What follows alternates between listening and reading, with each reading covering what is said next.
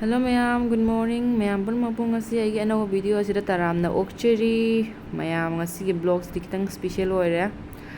Kamaina no habadi ay kuire na ko yum da thong bagi mong da thong aga cha da ba jen thong bodo ko. Do ngasi se ina ne Emanabi rent chalaga thong ga chaw doi ne ba ko. Do na khatang harau re ba ise ko. Mayam ay breakfast lae ba ko duga ina puri je khara jam na order taw ba tiffin pu ga na ngasi se ko sum lunch ta su ai dum handu ka hajing lak pa do ipum thil tal la ba yam na ko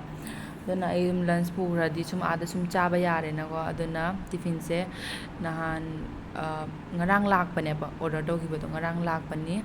aduna ai lunch oina purani duga ada sum cha wa ni ko sena wai sang ne ba ko ngonda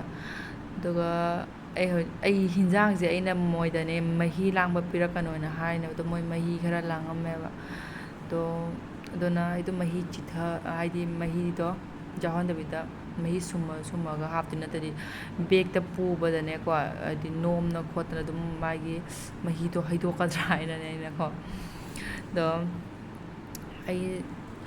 su se hapchen ba loi ba ga su breakfast taurani lam su yam na lam me ko the breakfast taurani ai shu me ji thoge tauri samje lu thok pa gi thau dai da ba gi ne phari jong sam ha la su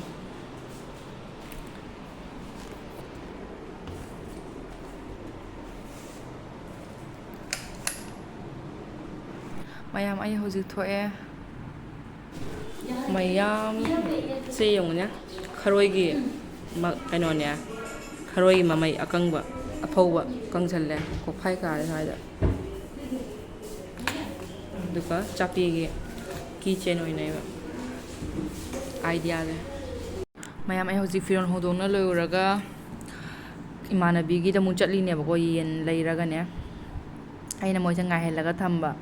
do hoji chatli khoi mayam Arunachal ki mi sing je dum mabuk phai ya ba ko haidi mabuk phatta ba leitra ne ko haidi phatta bang khak lei bu adu mai na di oi de ba ko loin mabuk ti phai ado moi am di kai ga le khang de ai ikai ga list si ga tar video dara da khang de seng ba di kai no di khang de ko yam ma di dum ikai ga le ba ne ko do hoji yum yo re ko moi ki range se ko moi am tang na lei ra mi ko lising tara ni moi range se tha da moi hai ga do hinjang soi na khot na aina di loina pi da bani chak lam na loi re aina ne do ma thong bi ra ge na thong bi khare do aina thong ga ne to bo do ma da pham lai wa ai hinjang du da soi wa do ma tau ja ra ge na ma tau ya mayam ai ko haji chak cha ra ge hinjang su loi re do asigi mana se ai ahan ba cha doi ne ba ko yeng ge hau pra hau ta brai na mayam bây giờ thì chắc cha ni ấy xem mà tông quy này mà tông đàn nhé không đấy mày na thùng cái sao vậy quy thì nó có cha rất là có aku chơi ngay si yen thùng bạch trái á dan ấy cha ninh na Emanabi để làm cái này yen pura chắc cha ni bút thành na ba nuôi cái nuôi chơi sang nổ tăng pin nó cha là cái nè còn đó hay gì mà thằng đầm hay gì cũng chơi ra cái coi nè trang thì bây mà nó bị cái YouTube channel hàng nghe mà ikai mà nó video năm đây